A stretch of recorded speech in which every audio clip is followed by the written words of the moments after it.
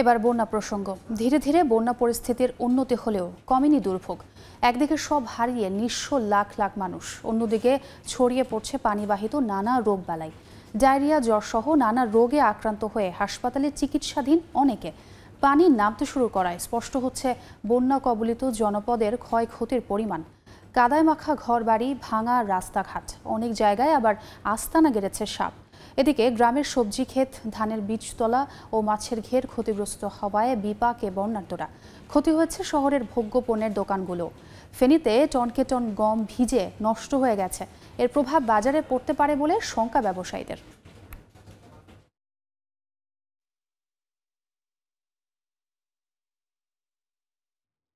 বন্যার সবশেষ অবস্থা জানাতে লক্ষ্মীপুর সদরে আছেন রিপোর্টার আতাউর কাউসার। ফেনী সদরের আরামবাগে আতিয়া সজল এবং নোয়াখালীর সেনবাগ এলাকায় আছেন সহকর্মী সাইফুল্লাহ কামরুল। সরাসরি প্রথমে যাচ্ছি কাউসারের কাছে। আমি যে জায়গাটিতে আছি, আমার পেছনে যত দূর চোখ যায় একটি লম্বা এলাকা পর্যন্ত শুধু ফসলি জমি আছে, যেগুলো এখন কিন্তু সবই পানির নিচে তলিয়েছে। এখানকার মানুষজন বলছেন যে দীর্ঘ সময় ধরে এই পানি জমে আছে এই জায়গাটিতে, অন্তত 10 থেকে 12 দিন ধরে এই পানি জমে আছে। পানিটি কিন্তু কোনোভাবেই কমছে না। অনেক এলাকায় লক্ষ্মীপুরের পানি কমে গেলেও এই জায়গার পানি এখনো কমতে পারছে না, কারণ আশপাশের পানি কমে যাওয়ার যে সকল খাল বিলগুলো রয়েছে সেগুলো নানাভাবে দখল করে রেখেছে। এর আগে বিভিন্ন সময় প্রভাবশালী যারা ছিলেন তারা পাকা স্থাপনা নির্মাণ করে দখল করে রেখেছেন। রাস্তাঘাট যেভাবে তৈরি হয়েছে সেটিও যথেষ্ট অপরিকল্পিতভাবে তৈরি হয়েছে, যার কারণে সেই রাস্তাঘাটগুলো অনেকটা খালের প্রতিবন্ধক হিসেবেই এখন আছে।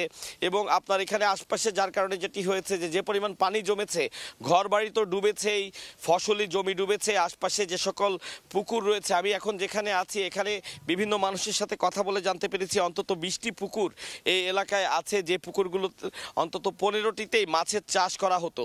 তো সেক্ষেত্রেও ক্ষয়ক্ষতির পরিমাণটা অনেক বেশি। যাদের সাথে আমরা কথা বলেছি তারা কেউ বলছেন তার 10 লাখ টাকার মাছ ভেসে গেছে, কেউ বলছেন 5 লাখ টাকার মাছ ভেসে গেছে। এভাবে আর্থিক ক্ষতিটি অনেক বড়। এতদিন পানিবন্দি থাকা দীর্ঘদিনের যে দুর্ভোগ, সেই দুর্ভোগ অনেক অঞ্চলে কমলেও তাদের মুখে কিন্তু হাসি নেই, কারণ অনেকের ঘর ভেঙে গেছে, অনেকের জীবন জীবিকার যে সর্বশেষ যে পুঁজিটুকু ছিল, যা দিয়ে তাদের জীবন জীবিকা তারা উপার্জন করতেন, জীবন চালাতেন, সেটিও কিন্তু ভেসে গেছে এই বন্যার পানিতে। এবং একই সাথে নানা ধরনের রোগ বালাইও ছড়িয়েছে। পানিবাহিত নানান রোগ এই মুহূর্তে প্রাদুর্ভাব দেখা দিয়েছে লক্ষ্মীপুরে এবং অন্যান্য বন্যা দুর্গত এলাকায়। শিশুরা ডায়রিয়া জনিত নানা সমস্যায় ভুগছে।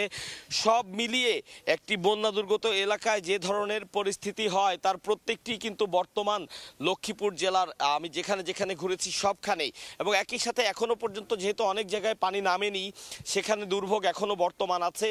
এবং কিছু কিছু জায়গায় পানি নামলেও যে জায়গাগুলো এখনো নিচু এবং যে জায়গা দিয়ে পানি প্রবাহিত হয় সে জায়গাগুলোতে কিন্তু নতুন করে পানি জমছে। তো যেটি আমরা বলছিলাম যে কুমিল্লা এবং ফেনী থেকে নোয়াখালী হয়ে লক্ষ্মীপুরের ওপর দিয়ে পানি গিয়ে মেঘনা নদীতে পড়ে, এভাবেই আসলে দীর্ঘ সময় বন্যার পানি সরে যায়। তো সে কারণে এখনো পর্যন্ত কিছু কিছু জায়গা ক্ষতিগ্রস্ত আছে। আর একই সাথে ফেনী থেকে যেহেতু পানি নামছে, ফেনীর বর্তমান চিত্র কি সেটি জানতে সেখানে যেতে চাই। আমাদের সহকর্মী আছেন আতিয়া সজল, তার কাছে। আমরা যেখানে রয়েছে এটা শহরের আরামবাগ এলাকায়। আর এই আরামবাগ এলাকায় গতকাল পর্যন্ত কিন্তু এখানে হাঁটু পানি ছিল, এবং এই জায়গাটিতে বন্যা যখন পিক আওয়ার চলে তখন কিন্তু আমার মাথার উপরও 2 হাত পানি ছিল, যেটি না দেখলে বিশ্বাসযোগ্য না। আবার এভাবে যদি বলি, ফেনীতে যদি 16 লাখ জনসংখ্যা থাকে, সেই 16 লাখ জনসংখ্যার মধ্যে কিন্তু যদি আমরা 3 লক্ষ পরিবার ধরি, সেই 3 লক্ষ পরিবারের হয়তো 1 লক্ষ পরিবার কোনোভাবে উঁচু স্থানে বা বহুতল ভবনে ছিল। বাকি যে পরিবারগুলো রয়েছে প্রায় 2 লক্ষ পরিবার কিন্তু পানির নিচে তলিয়ে ছিল, তাদের বাড়িঘর তলিয়ে গিয়েছে। এখন সে সকল পরিবারের যে নিত্য প্রয়োজনীয় জিনিসপত্র কিন্তু পুরোপুরি পানিতে নষ্ট হয়ে তারা একেবারে মোটামুটি নিঃস্ব হয়ে গিয়েছেন। এবং অনেকে কিন্তু শুধুমাত্র যখন বন্যার পানি ঢুকে পড়ে ঘরে, তারা কিন্তু কোনো মতে জীবনটা নিয়ে বের হতে পেরেছেন এক কাপড়ে, কিন্তু বাকি তারা পারেনি। এখন সেই পরিবারগুলো পানি কমার সাথে সাথে বাড়ি ঘরে ফিরছেন, নিজেদের ঘরে ফিরছেন, কিন্তু ঘরে ফিরে যে চিত্র দেখছেন যে তাদের সমস্ত জিনিসপত্র লণ্ডভণ্ড হয়ে ভিজে নষ্ট হয়ে গেছে, সেগুলোর ব্যবহারের উপযোগী নেই। তাদের আসবাবপত্র, ফার্নিচার, নিত্য প্রয়োজনীয় যে জামা কাপড় বা অন্যান্য যে আসবাব জিনিসপত্রগুলো রয়েছে সেগুলো কিন্তু আমরা দেখেছি যে নষ্ট হয়ে তাদের একেবারে নিঃস্ব করে দিয়ে গেছে। এখন এই সকল পরিবারগুলো তারা কিভাবে ঘুরে দাঁড়াবে? আপনার মনে করেন যে একটি নিম্ন আয়ের পরিবার থেকে যদি ধরি, তাদের মালামাল না থাকলেও তাদের পরিবার অন্তত 50,000 টাকার ন্যূনতম জিনিসপত্র থাকে বা কিনতে হলে তাদের লাগবে, বা লক্ষাধিক টাকা লাগবে। আবার উচ্চবিত্ত নিম্নবিত্ত সবারই একই অবস্থা হয়েছে। এখন এই সকল পরিবারগুলো কিন্তু আসলে এখান থেকে ঘুরে দাঁড়াতে পারবে কিনা। এর মধ্যে আবার পানিবাহিত রোগ দেখা দিয়েছে, আবার অনেক জায়গায় সাপে কাটা রোগী ফেনী সদর হাসপাতালে বৃদ্ধি পেয়েছে।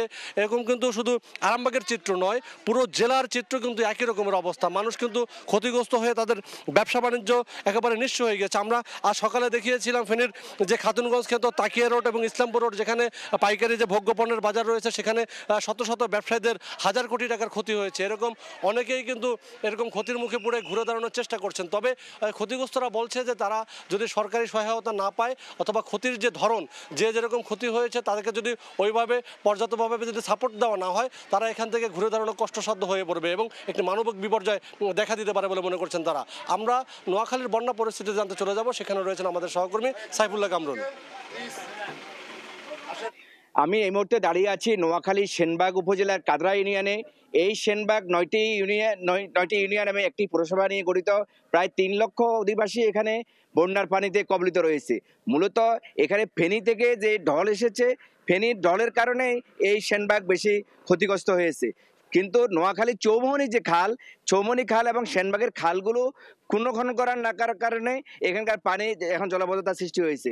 নোয়াখালীর 8টি উপজেলা, 7টি পৌরসভা এবং 87টি ইউনিয়ন বন্যা কবলিত রয়েছে।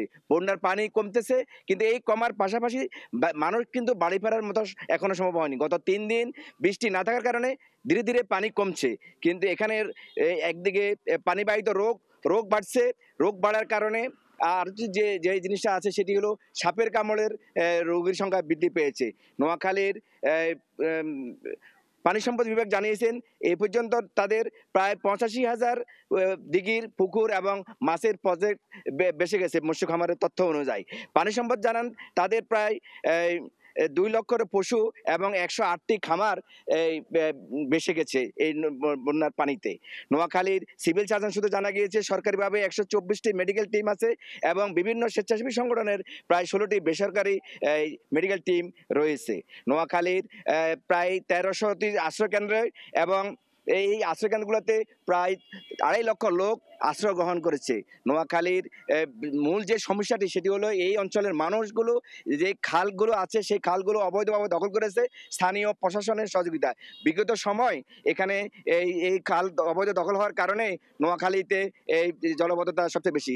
এখান থেকে কিছুক্ষণ আগে এখানকার স্থানীয় সংসদ সদস্য জনাল আবদিন ফারুক তিনি অভিযোগ করেছেন গত 87 বছরে তারা এই সেনবাগের এত বন্যা দেখেনি। তিনি এই বন্যার জন্য হিন্দুস্তান সরকারকে দায়ী করেছেন। এ ছিল নোয়াখালী সেনবাগ থেকে আমার কাছে সর্বশেষ তথ্য।